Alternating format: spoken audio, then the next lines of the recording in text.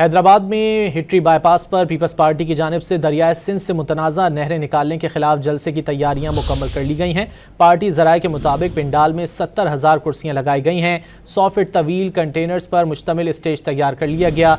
इस बारे में मज़ीद जानेंगे डॉन न्यूज़ के नुमाइंदे राशिद शेख से। राशिद, बताइएगा जलसा कब तक शुरू होगा और क्या तैयारियाँ की गई हैं? जी, हम इस वक्त हटड़ी बाईपास के मकाम पे मौजूद हैं।